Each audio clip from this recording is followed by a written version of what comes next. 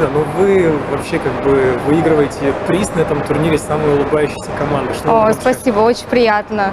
Ну, потому что для нас выезд, сборы команды, для нас это праздник, потому что у всех семьи, дети, и вырваться из дома – это куда-то, тем более на спорт, на хоккей – большая радость. Поэтому улыбаемся. Понятно. Что скажете о хоккейной части, как конкуренции? Хоккейные, ну, нам тяжело, мы первый раз здесь. Команды все готовились, тренировки, сборы, у нас этого нет ничего. Мы иногда собираемся, играем с мужчинами, с любителями, крайне редко, и то не все могут. Поэтому физики мало, но мы боремся до конца, стараемся.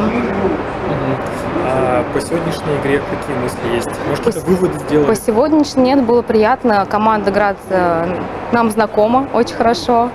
Мы знаем друг друга, общаемся. Старались играть просто в удовольствие. Ну, вот этот турнир, Конечно, очень хотелось забить, но моментов много, реализация страдает. вот этот турнир, насколько он вам опыта добавит, да?